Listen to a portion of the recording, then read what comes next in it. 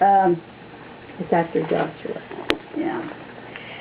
But I like that. And if you ever think about reading something, reading the Bible about Gideon, it's really interesting. Close in a way. And I was close in a way. I was thinking Joshua. Close. They're close. but well, I know Judge is way up here, ain't it? And anyway, I was reading it to Donnie the other day when I was reading it. I said, "Man, that's good, Donnie. Listen." And he said, "Listen, let me read it to him." Gideon replied, "If the Lord is with us, why has all..." Joshua 6:13. Yep. Is it Joshua? No, Judges. We want Judges Judges. 6. Or Judges. Judges is after Joshua. Yeah, that's right. I thought I had Judges. But it's, oh, here it is.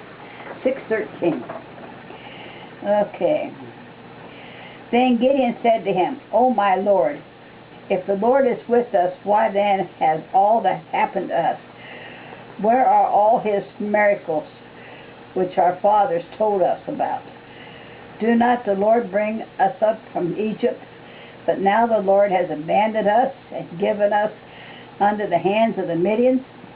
The Lord looked at him and said, "Go in this your strength, deliver Israel from the hands of the Midianites."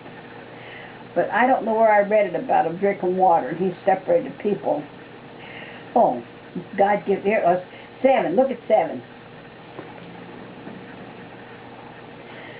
7:2. Then the Lord, Judges 7:2.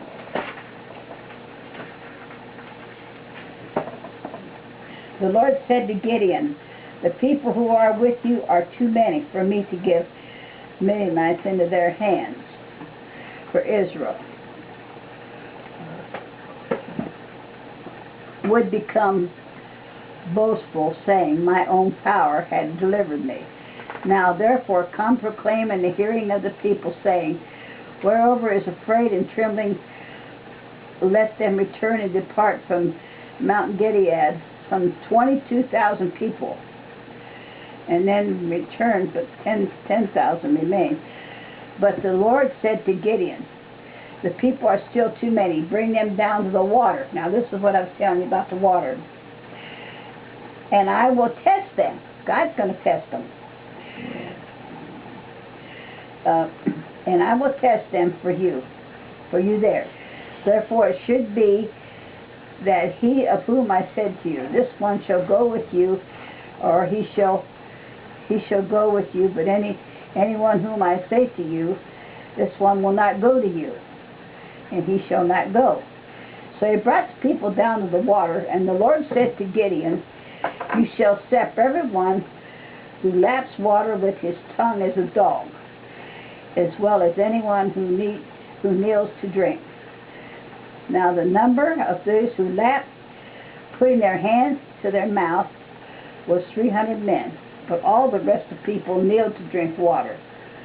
See, they kneeled to drink. They didn't put their mouth to their hands. I mean their hands to their mouth. The Lord said to Gideon, "I will deliver you with the 300 men who lapped, and will give you the Midianites into your hands, so let all the other people go, each man to his own home." So the 300 men took the people's provisions and their trumpets into their hands, and Gideon sent all the other men of Israel back to their tents. But refrained the 300 men in the camp of Midianites was below them in the valley. And now this is what he won the battle with 300 men. Mm-hmm. And that's because God was with him, right? Amen. And now the same night it came about that the Lord said to him, "Arise, go down against the camp, for I have given it into your hands. But if you are afraid to go down, go to Purim, your servant, down to the camp, and you will hear what they say. And afterwards your hands will be strengthened." In other words, spy on them and see what they're saying, that you may go down against the camp. So he went with Pur to his servants down to the outpost of the army that was in the camp. Now the Midianites and the Ammonites and all the sons of the east were lying in the valley as numbers as locusts. and their camels were without number, as numbered of the sand of the seashore. When Gideon came, behold, a man was relating a dream to his friend, and he said, this is the enemy saying this. Behold, I had a dream. A load of barley bread was trembling into the camp in Mennonite, and it came to the tent and struck it, that it fell and turned it upside down, so that the tent lay flat. His friend replied, this is nothing less than the sword of Gideon, the son of Joshua, a man of Israel. God has given the Mennonite and all the camp into his hand. God's got it all in his hand. When Gideon heard the account of the dream, of his interpretation, he bowed and worshiped. That's what you got to do. You got to worship. And he returned to the camp of Israel and said, arise, for the Lord has given the camp of Midianite into our hands. They got brave, didn't they? God must have said this. We only got 300. Let's go. He divided 300 men into 3 companies.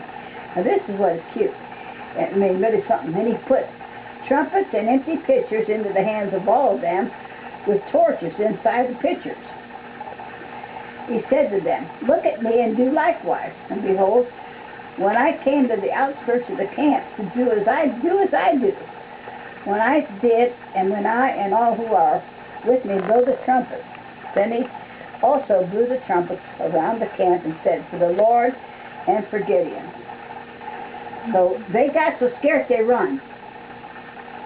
Gideon didn't even have to fight the battle. They thought with the trumpets blowing and all the banging going on and the fire, there must be a lot of people coming. Let's get out of here.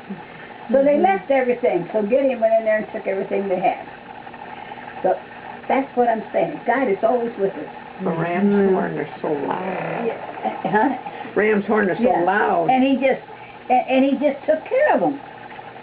And Gideon had to get up and believe God was going to do that. Or he never could have did that without really saying, okay. I bet there, of all of our lives here, I bet there's been a time that we just had to say, God, I can't do it. You have to do this. I can't. And he did, didn't he?